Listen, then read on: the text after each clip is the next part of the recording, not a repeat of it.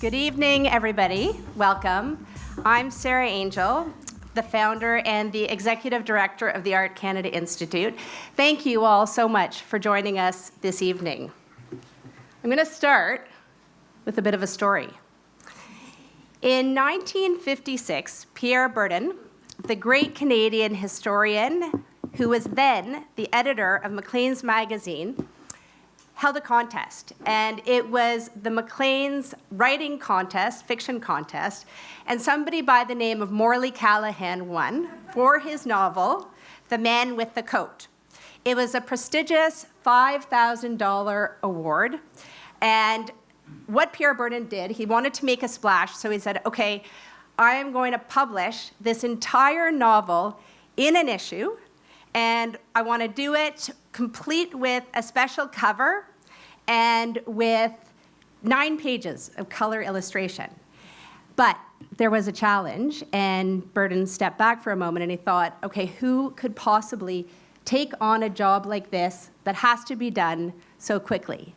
And then he didn't have to think long because only one name came to mind, and that name was Oscar Cahén, the most talented, the most efficient, the most reliable illustrator that he could think of. And amazingly, what Bourdin then wrote later in his autobiography is he said this. He said, we locked up Oscar in a hotel, and in one astonishing painting frenzy, he produced a brilliant series of illustrations. Amazing. In the 1950s, Oscar Cahén was everywhere. His illustrations graced the covers of countless magazines. The Standard magazine, the National magazine, Maclean's magazine. His charming illustrations made him famous as well as beloved, but that was really only half the story, and something that we're going to hear about tonight. Oscar Cahén also shaped one of Canada's most pivotal art movements, the Painters 11, who in the 1950s led Canada's emerging school of abstract artists.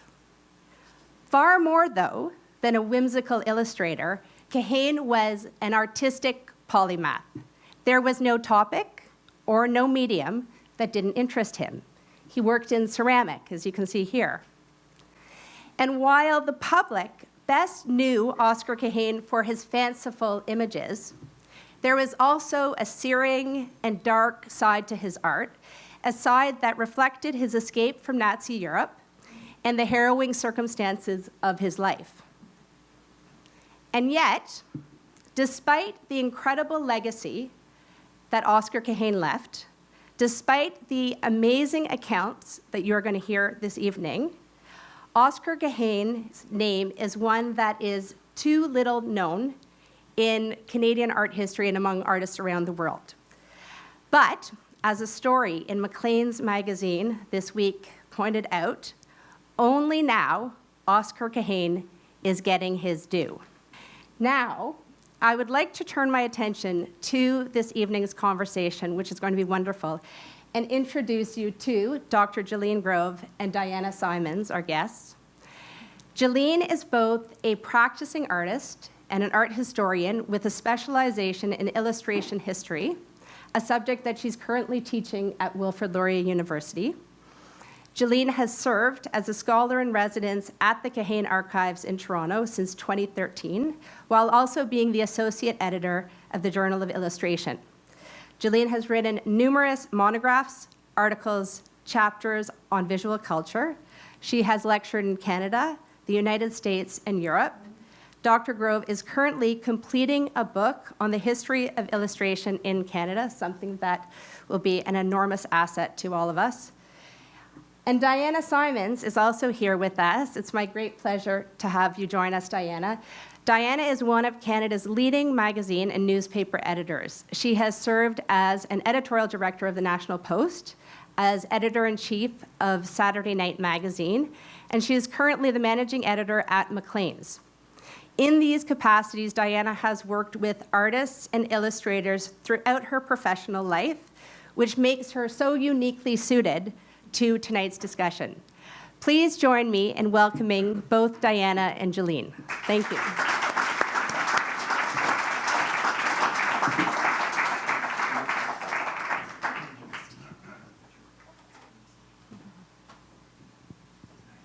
Thank you, Sarah, for that. Jaleen, we often talk about Oscar as a Canadian artist, but we know that he actually established himself first in Europe. Can you tell us more about that?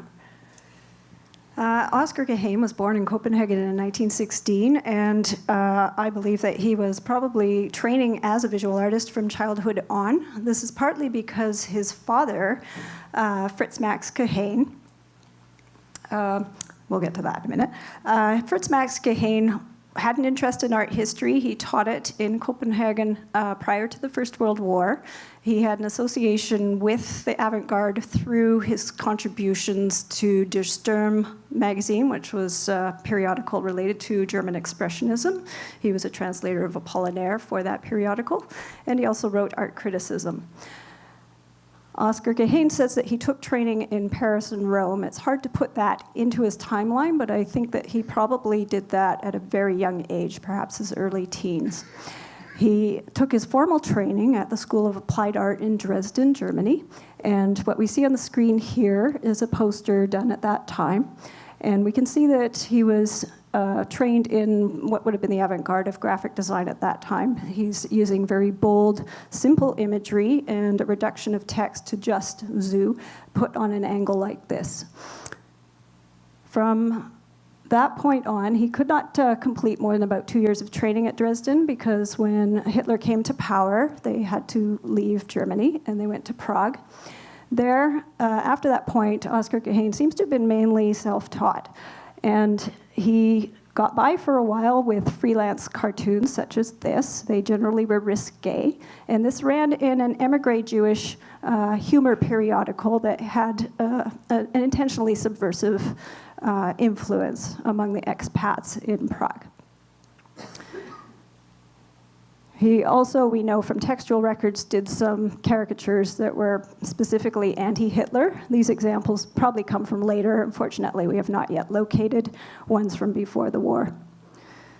While in Prague, he joined up with another illustrator, an established illustrator named William Pachner, and shared studio space with him, and they had a business together.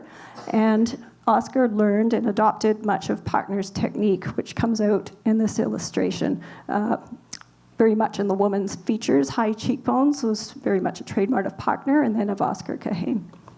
I have a question for you, Jaleen, and it's this. One of the things I really love about your book is that the first section, the biography section, begins with a picture of Oscar Cahén when he's a young man. I think he's 16 or 18. He's at the academy in Dresden. Yeah, that's the one. And you write in the book that the photo was torn, and that this, in many ways, foreshadows events to come. And so, can you talk to us about that? What was your thinking on that? Well, we don't know why the photo was torn, but generally people's family photographs do not get torn if they're safely in an album on a shelf perpetually for 50 years. It must have happened sometime in transit. It's actually amazing this photograph came along because there was just a sequence of upheavals as Oscar and his parents became exiles. So forced to leave Dresden in 1933, they went to Czechoslovakia and they settled in Prague. There was a price on his father's head, Fritz Max Cahén, because he had, even before Hitler came to power, was already speaking against Nazi ideology, for which he received a very severe beating in about 1930. And he, in Prague, began to put together a group that was agitating to bring kind of a collaboration of all the resistance groups that they would together overthrow the Nazi regime. He came to the US in 1937 to write this book, Men Against Hitler. So with all this activity, naturally Fritz Max was on the hit list for the Nazis, and that precipitated, of course, their hasty departure from Europe, which they did by basically sneaking out. He had advance warning that his time was coming. And so they picked a day at the end of August in 1933, and he and his wife and Oscar dressed as if they were going on just a little hunting outdoor expedition for the afternoon in the mountains. And they took the train to the border and then walked across the border. So you can imagine what they could take with them was very little. In Prague, they continued their underground activity. This is a picture of Cahén with an unknown man in a square in Prague. And we managed to get a hold of what are now public records, the Secret Service records from before the war that are held in the archives in Prague. And these revealed that Fritz Max Cahén was spying for the Czech government and that Oscar was helping him. They document that Oscar Cahén was witnessed crossing the border into Germany with a backpack in the mountains in the dead of night to return the next day or the day after. We don't know why. This was just observed by the Secret Service police. Oscar was also caught with radio equipment, which his father relates in his book, Men Against Hitler, that the radio equipment was being used to broadcast counter-propaganda through pirate radio into Germany. And radio equipment was illegal, so Oscar was arrested, and so were his parents and friends, and they were questioned for quite a long period. And the Secret Service files reveal that the local police who had arrested them were advised by the secret police to just let them go because they were working on behalf of the state. There was also a gun smuggling episode. We don't have a lot of details on that, but it appears that Fritz Max Cahén was in cahoots with somebody else who lived in their building, and Oscar was somehow implicated in that. All this activity made it very difficult for Oscar and his mother to get passports when it came time for them to flee. In fact, someone high up in Secret Service had to pull strings to get those passports. It took a long time. They only got out 2 weeks before Hitler invaded Prague in 1939. Oh, Jaleen, I was going to say, you write about how the family ended up in England, and then Oscar came to Canada, where he ended up in an internment camp for 2 years. And somehow there, he actually managed to get a new start. Right. Tell us about that, because it's really fascinating. How did he end up in an internment camp? So, okay, well, they got the passports, he and his mother. His father had already left for the US a couple years before. So he was safe in Connecticut, actually. And what happened is Oscar Cahén and his mother made their way to England via Scandinavia, and they were able to stay safely in England for a period of some months, but less than a year.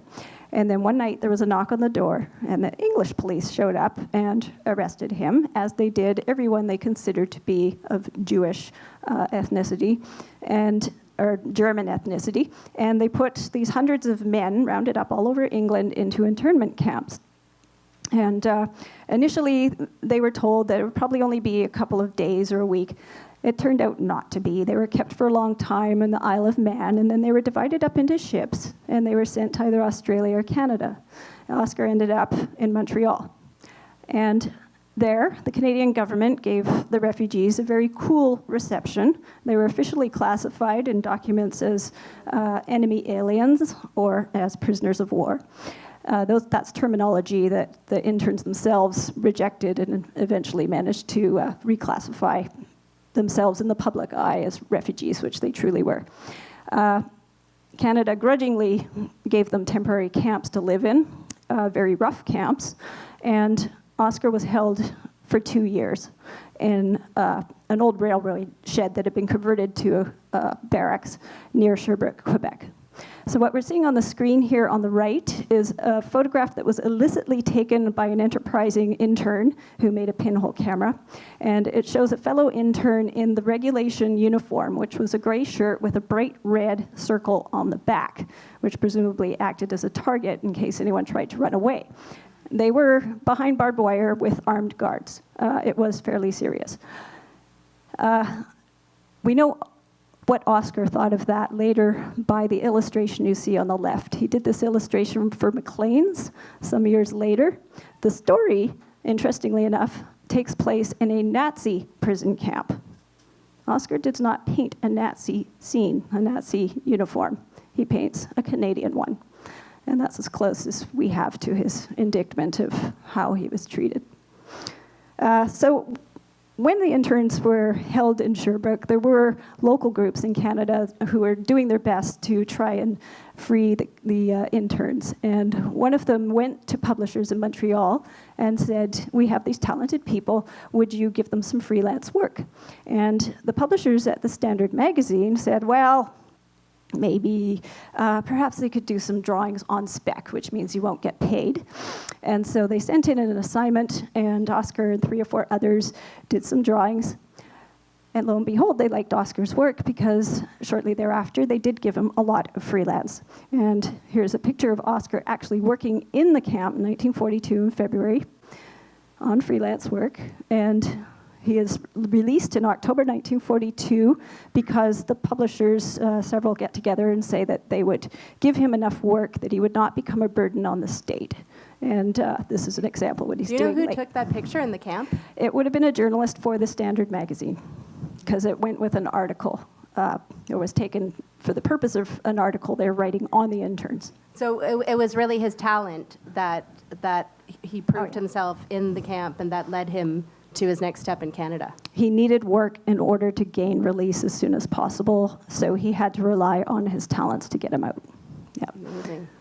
Jaleen, one of the things I was struck by in reading your book was simply Oscar's versatility, and you said it's as if he were 20 artisans in one person. Yeah. And I was counting at Maclean's, or the researcher there and I were trying to do it, that he had something like 30, I have the numbers wrong, but 37 covers and 140 illustrations in 8 years, and we only did 2 magazines a month. So what it means is out of something like 192 issues of Maclean's, Oscar was in 162 of them. And Maclean's was a small part of what he did. He was in many, many magazines, and I think it just speaks to how fast he was, how good he was, and how in demand he was. And I wonder if you could tell people what you think are his most important illustrations. Well, that's real difficult. First, I'll address the versatility. Right here, you can see 2 wildly different looking images. The one on the left is done in 43. He's only been out of the camps for 3 months, 4 months. And the art director who ordered this, he actually writes about this. He left us a story about this.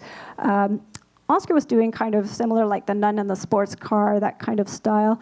And but the Canadian public and Canadian art directors were far more used to venerating and valuing this kind of illustration on the left, which was in line with what top illustrators in the United States were doing.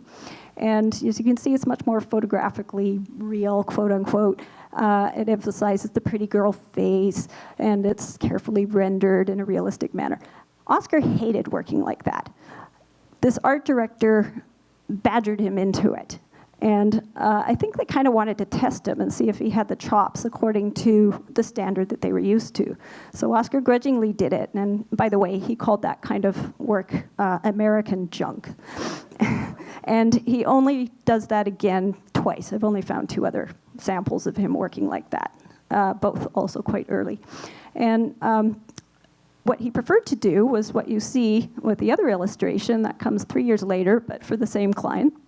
And by then, they'd kind of realized that he could bring something very fresh to the Canadian illustration scene that had not been done before. And here he's accessing languages of Cubism and abstract expressionism, and he's applying that in an illustrative manner to tell the story in a very different way. So to answer your question, what are some of his most important things? This, I feel, and this is in the book as a key work, is probably his most super significant illustration. And that's partly because of the book he's illustrating here, John Hersey's Hiroshima. I believe this book's still in print. If you've never read it, go do it. It's amazingly impactful and very disturbing. It was a first-person investigative journalistic account of the aftermath of the nuclear attack on Hiroshima. And it's very grisly. I actually had it assigned to me in my grade 11 English class because I had a very political teacher. So it was initially published in the New Yorker just a few months before the Standard picked it up. And it created quite a sensation, was being reprinted all around the world. Oscar Cahén's illustration for it, you see, is definitely not like other illustrations that you saw in mass media at this point. What he's using is a technique derived a bit from comic strips, in fact. We know that he was a fan of Milton Caniff, the comic strip artist who did the comic Terry and the Pirates, which, by the way, is still cited as a major influence in comic history. And so he's able to access this slight stylization that also, I think, in his mind, perhaps related to Japanese woodcuts. And it gives a very graphic, bold, stark kind of feeling that was appropriate to the subject matter without being too grisly or gory. And the publishers at the New Yorker who controlled the copyright, they apparently told Oscar that they felt of all the illustrated versions of this they'd seen around the world, that Oscar's were the most successful. Skipping ahead a few years, this was a very important illustration for Oscar because it got him his first international recognition as an illustrator. This was done for Maclean's, and the story is a very typical thing that we would call a boy-girl story in illustration lingo. So it's a romantic kind of thing, the relationship between a young man and a young woman. That was prime material for American junk. What Oscar does, though, is he brings his versatility to it. And you can see that he is using many different techniques put together in one here in different media. He's used watercolor for the hair in a very impressionistic way. He's rubbing graphite for that peacock feather. He's putting the whole thing together with the language of collage. And it hangs together very much like a Calder mobile, which is something that Oscar liked to sketch into the background of scenes quite often. And the other thing he's doing, and this was pretty new for illustration at this time, is instead of telling the relationship between the boy and a girl in a literal fashion, where perhaps you'd see them in what we call a clinch scene that is very close and maybe kissing, he tells it metaphorically, where the boy is literally a puppet on strings. So Maclean's was obviously very pleased with this, and they sent it to the New York Art Directors Club annual exhibition and competition. This was the most prestigious venue for awards for illustrators in North America at that time. And Oscar beat out thousands of other entries to be included in the show that year and also the annual. And of the other, I don't know, maybe 20 illustrations that were chosen was Norman Rockwell, Al Parker, Steve DeHanas, all the big names of American illustration. As far as I know, that's the first time a Canadian illustrator had received significant attention in New York. He also took a lot of awards here in Canada, and here's a photograph of him and Maclean's art director, Jean McAlliman, and they're looking at the display that year of the Toronto exhibition of graphic art for that year, and they're looking at the image you see on the right. Now that's a proof. That's not how it actually appeared in the magazine. In the magazine, it would have had text laid on top of it. And the story is called What a Blind Man Sees. Now, Oscar Cahén had sat down with someone who was congenitally blind from birth. This man had never seen. But this man knew what a bicycle was, and a horse was, and a helicopter was, and he described them to Oscar, and Oscar drew what the man described. So this, again, was an interesting way to use illustration. Its power is really to be able to draw what you cannot see, and a conceptual approach, and that won him an award that year. Okay, so, but there is this completely other side to him. And in 1953, I think I'm getting that date right, Painters 11 gets established. And we're in a room, actually, with paintings on the wall by Harold Town, who was one of the members of Painters 11. And so Oscar is also, I don't know whether it does, if he starts then, or but he begins to make a name for himself as an abstract painter. So I guess I just want to start with the easy question, which is just, what is Painters 11, and how did it come into being, and how did Oscar get involved in it? I think it was an excuse to have good parties. Probably if Harold Town was involved. Right. So Painters 11 was a group of Toronto-based artists. Most of them had come also from a commercial art background, but were also interested in making gallery work. And the thing that connected them all together was that they were interested in abstract painting. So they do become very influential and an important moment in Canadian art history. And what I have to say that working on Oscar Cahén has been amazing because it's just this untapped pool of stuff just to go out and dig up. It's just laborious digging it up. But one of the things that I dug up was in Harold Town's archives, which are at Library and Archives Canada, was this description of how Painters 11 came to be. And Town is writing this in the late 50s, so very close to it actually happening, but after Oscar's death. And what Town describes, as far as I know, has not been written down or repeated in this detail before. And he puts Cahén right in the center of the formation of Painters 11. What Town says is that he and Walter Yarwood, their friend, and Cahén, they've been pals since about 1947.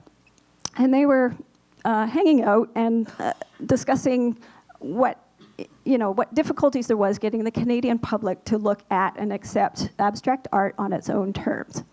And they decided that they must stop showing in the big group shows, such as the Ontario Society of Artists, where the abstract art was split up among all the other entries so that people could not focus on the message of abstraction. It was just too distracting, and a naive public was always comparing it to the figure study next to it.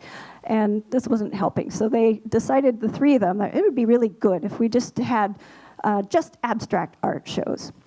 Well, 2 weeks after that conversation, according to Town, Oscar Cahén was part of this marketing campaign that happened at Simpson's department store that their friend William Ronald had put together. William Ronald, who was working at Simpson's, suggested that they hang abstract paintings by local artists with the new modern furniture that Simpson's was trying to move. And so they set up all these big store displays and big campaign called Abstracts at Home. And Oscar was invited to be one of the artists displaying abstract work. And you see Candy Tree here on the right. That's one of 2 paintings that he put in these displays. During the photo shoot, of which you see the result of on the left, Oscar Cahén, Town says, suggested to the others, hey, what do you think about we just have shows of just abstract art? I think that would be a really important thing to do. And they all went, yeah, good idea. Let's meet at Alexandra Luke's house and get that off the ground. So that's what they did. And Oscar, of course, then invited Walter Yarwood and Harold Town to join them because they weren't part of this Simpsons deal. And so that's how the group came about. And the group, how many years were they showing together and working with one another? Oh, well, unfortunately, that did not last past 1960. Okay, no, that's a not bad run at it. Yeah, it launched their careers in different ways, right? It was an important step, and they did suddenly become a thing. And it defined them. It worked to show just abstract art, to define them as serious painters of fine art, not just illustrators. And it marketed them. Yep. Mm-hmm. And it gave each of them strength and power to continue to be experimental. They had strength in numbers. Yeah. The other thing I'll say that Oscar brought to Painters 11 was that he had this European background, and so I think it gave Painters 11 a feeling of legitimacy that, well, we have this guy here, and of course he knows something about abstract art. He's from Europe. So. Was what I wonder is, was it a gradual shift, or was it one day that he woke up and he decided to start painting in that manner? The move to abstraction from figurative work? Yeah, the move from abstraction. Like, we've seen the illustration, and then you showed us the work that was shown at Simpson's, but... What came in between? Yeah, what came, literally, was it that he woke up one morning and said, I'm going to try this new thing that the kids are all doing, or... Well, if you remember that the first slide we showed of Oscar Cahén's self-portrait, it has obviously some academic training behind it, but it is derivative of Cézanne, who is, of course, the godfather of Cubism and looking at things differently. So we know that he was familiar with all the art that was happening, and he does make some stabs at non-literal representations even before he comes to Canada. But when he starts painting for himself in 1946 or so, he begins doing this. So he's making a good living as an illustrator, and he decides to cut back on the illustration a bit so that he can start painting for himself. And what comes out? All these really dark, depressing things, where for him it was not enough just to show people as you see them on the street, but to show people in a way that would bring out their inner turmoil and pain. And there's a number of these paintings that are on the topics of grief, prayer, suffering, families, suffering trauma of some kind. I think that is probably a very normal reaction for someone who's just escaped the Holocaust, and it's 1946. And so his interest is there already in getting away from literal representations. And this shift happens really fast. Here he is only 3 years later. He's using the language of cubism to break up the entire picture plane here. So we see the rays of light coming down and splintering shapes into just shapes, not even that literal. You have to look hard to find the figures here. So you receive the impact of the painting before you receive the literal message. Only a year later, he's moving into full abstraction here. We know he still has subject matter in mind because he's titled it Mask, and you can kind of make out eyes, sort of. But without the prompt of the title, it can read just as a formalist experimentation. And Jaleen, what's going on at the same time in the US is a movement called abstract expressionism, which I think many people in this room would be familiar with. Was what Oscar doing, was that a reflection of what was going on south of the border? Or were Painters 11 doing something unique, and was Oscar doing something quite unique from the neighbors to the south? Well, because of the cultural climate in Canada at that time, with the Massey Report coming out, there was definitely a consciousness that they should be doing something different. At the same time, they did not want to be parochial. They did not want to be the next group of seven. They saw that Canada's place in the world, as Canada's role during the Second World War had shown, was something they needed to take into consideration. The short answer to were they influenced by abstract expressionism in the US is yes, but it needs much more unpacking than that. In the early 50s, it was not a foregone conclusion that AbEx, as we know them now, was going to be the dominant paradigm of the decade. There was a lot of work going on, and I think Oscar and his peers were far more interested in being contemporary, whatever that meant. And in 1950, sorry, here's some AbEx going on. In 1950, there was a lot of diversity going on in the art scene in the US. It wasn't just Jackson Pollock and Adolf Gottlieb and whoever. Oscar Cahén had Life magazine, and he tore these tear sheets out of that, along with a whole bunch of others that covered art. And this article covers 19 young American contemporary artists, and the article makes a point of showing that diversity. It shows some abstract painters, it also shows some figurative painters. It shows some people working in a modern style, but with traditional subject matter. Painters 11's write-ups emphasize that they're trying to be of their time. And yes, that turned out to be an abstract idiom for them. But I don't think for Oscar that it was ever limited to that. He returns to the figure, 1955-56, for instance. This is another tear sheet that he kept out of Life magazine, and it shows Saul Steinberg and his wife Hedda Stern, both very talented artists. And Steinberg has represented himself with a self-portrait and a photograph of his wife, and their artwork, representative artwork on the wall. The reason I'm showing it is not just because Oscar kept it so that it meant something to him, but because you can see the range of approaches from cartoon to straight-up illustration to modern takes on subject matter to total abstraction. Just with these two artists, that's the same scope that Oscar Cahén has in his own oeuvre.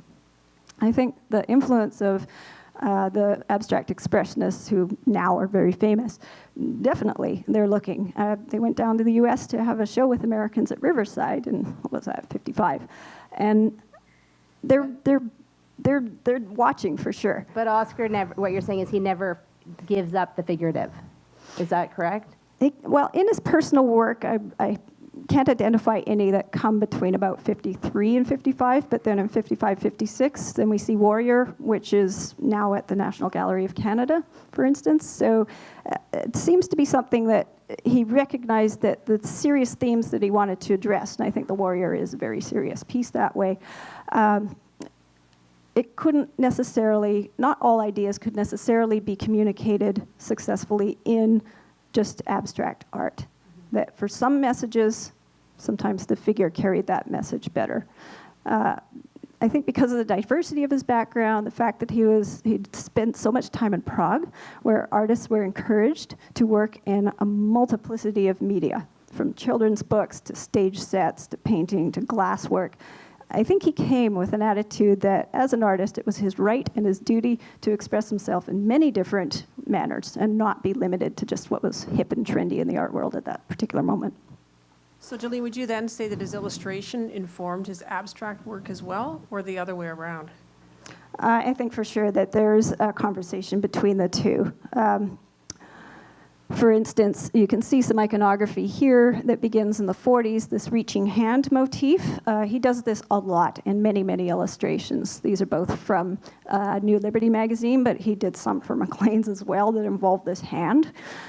And then you see in his personal work, it starts to show up. The drawing in the lower left there, for instance, shows a figure reaching up after a butterfly. The butterfly, by the way, seems to be his personal symbol for freedom and peace.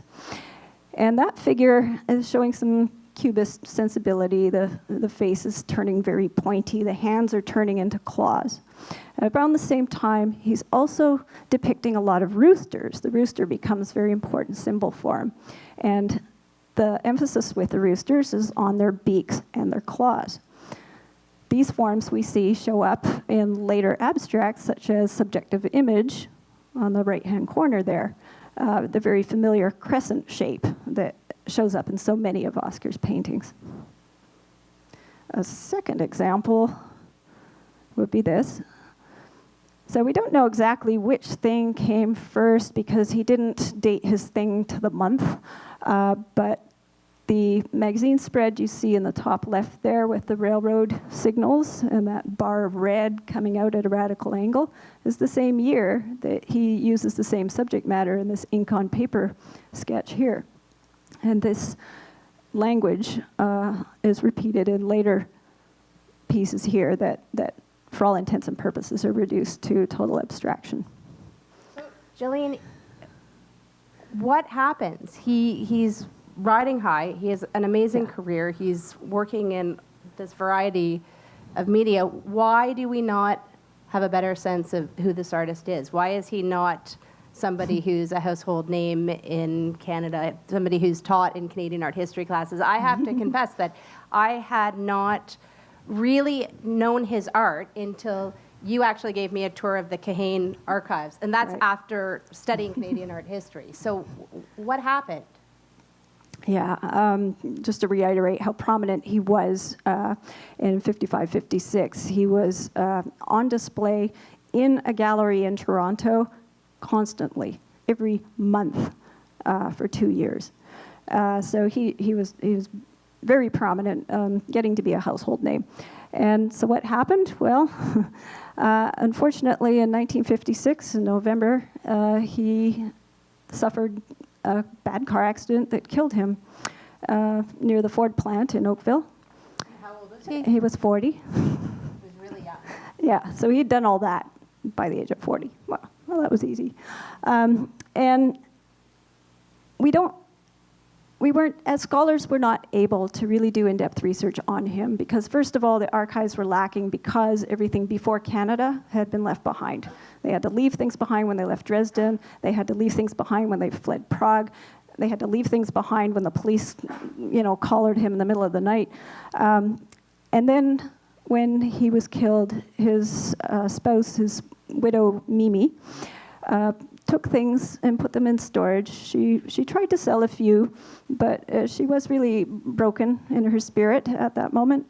And there was also, I think, an unfortunate attitude in the Canadian collecting community that they ought to be getting a bargain just because this guy had died, right? And Mimi, to her credit, stuck to her guns and said no. And so After a few years, she moved to the United States, and she took things down there with her. And there, things stayed in storage for about 40 years. They came out for 3 retrospectives. One was in 1959, organized by Harold Town at the Art Gallery of Ontario. It's before Mimi had left. One was at Ringling Museum of Art in Florida, which is where Oscar and Mimi spent their winters in 1967 or 68. And then the third was at the Art Gallery of Ontario again, curated by David Burnett in 1983. At no time through those exhibitions did anyone have full access to his writings or photographs or anything that would inform the artwork. And the other thing that happened with all that work in storage and coming out so seldomly is that amazing paintings like this were locked up and not seen for all that time. So fortunately, thank you to Michael, he's made it possible for people like me and several others to come in and actually start rolling up their sleeves and engaging with the primary documents to correct the record, because there's been no publication on Oscar Cahén that's not full of errors. We've had a lot of correcting to do. Was also part of the issue the fact that he was an illustrator? Was there any sense that he wasn't considered as complete as an artist, or did that factor into it? I would say no, because he had achieved so much as a fine artist painter by the time he was killed. And all the other painters, 11, save Alexander Luke and Hortense Gordon, were also illustrators. So that was not a mark on your record in Canada. That was just something you had to do to make money. But so. I think I'm correct in knowing that in exhibitions, there wasn't a showing of both his illustration and his painting together in considering the artist as a whole, which is something that I think is so special about your book, is that now we are much more accustomed to an artist doing many different things. I'd like to be able to let the audience ask some questions, and because I'm sure there are some, and so I'm going to throw it out to the audience if anybody has any questions for Jaleen. Yes. I think you said that Oscar was born in Copenhagen. Mm-hmm. And that the Danish experience seemed to just disappear. He went to Dresden, but didn't go back to Copenhagen. He went to Prague. Do we know why that was? Are we back on? Well, his father was a journalist, and they were German. And so he was the German correspondent for his newspaper while he was in Copenhagen. So that's why he stayed there and was there. Trying to remember now, they're very young. Oscar was very young when they went back to Germany. And so the Danish roots were not strong. And however, he does have one of the first art shows that he has when he's 18, happens in Copenhagen.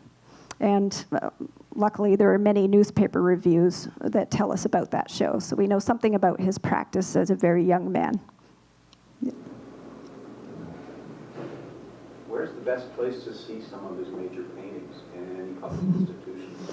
The Art Gallery of Ontario has 6 works, I think. The National Gallery has 3. They're scattered around. There is no one big hoard unless you come visit us at the Cahén Archives. We have 3 illustrations of his work framed in the walls of Maclean's magazine still. His work got sucked up into private collections, and people just hung on to them. Like, if paintings have changed hands, they've changed hands privately. There's very little in the way of auction records over a 40, 50-year period. Yeah. Jim? How did he influence his peers? Is there a legacy in some of the things he was doing that? Right. Well, that's a good controversial question, because, of course, everybody likes to back their man and say that, no, he's a genius and thought up everything themselves. Oscar Cahén had all his influences, and he was, in turn, an influence on other people. Scholars before me have generally agreed that he was the biggest influence on the younger members of Painters 11. So Harold Town, although the town people have some bones to pick with that. Walter Yarwood, for sure, and Tom Hodgson the most, because Tom Hodgson came right out and said, Oscar Cahén has been this huge influence on me. My book does actually dig up some comments that were made privately between Jock MacDonald and William Ronald, who also acknowledged that Oscar was an influence on them. And Jack Bush, too, we've made some connections. Certainly, Jack Bush does a series of paintings the night Oscar is killed, and he gets the news, calls Oscar's death, and you can see his channeling of some of Oscar's color. And Jack Bush actually also privately in his diaries is telling himself, must stop using Oscar's color. He's trying to get away from the influence. Back there, Harry? Sorry, I just carry on to the influence of Cahén. I'm struck each time I come to these events by the 6 paintings, 3 at each wall, in this room by Harold Town. And the first time I saw them, I thought, flash, are those Cahéns? So I think it's a very clear influence which Town supported in these particular works. Didn't we get in a fight about this, some people in the audience at the Town book launch?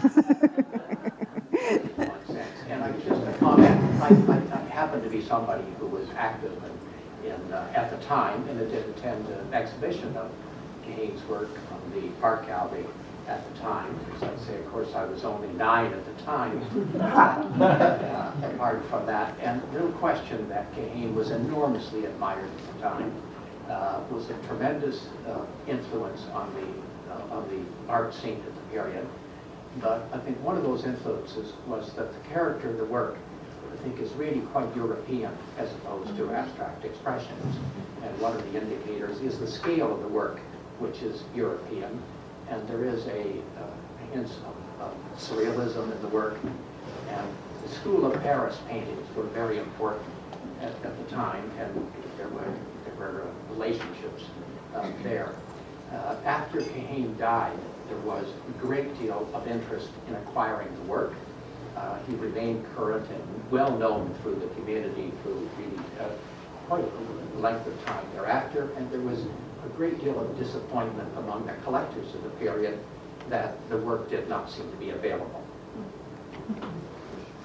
Yeah, I'll skip ahead a few slides that we had going on here. A lot of Oscar's work was just removed from the public eye, but not the mural, naturally, because it was installed at the Imperial Oil building up on St. Clair Avenue. You're seeing 2 parts of the mural. There was a 3rd panel that was much bigger than these 2.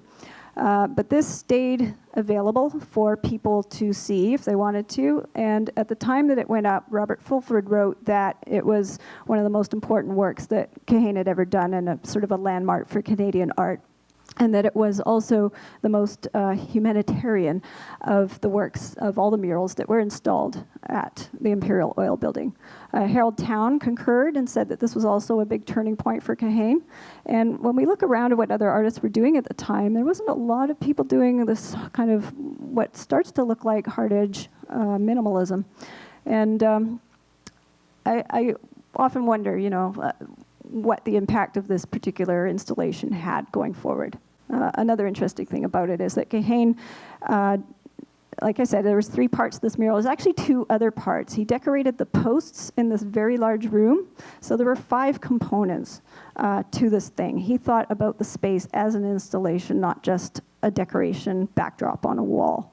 And I think that was an unusual approach to public interior art at that time.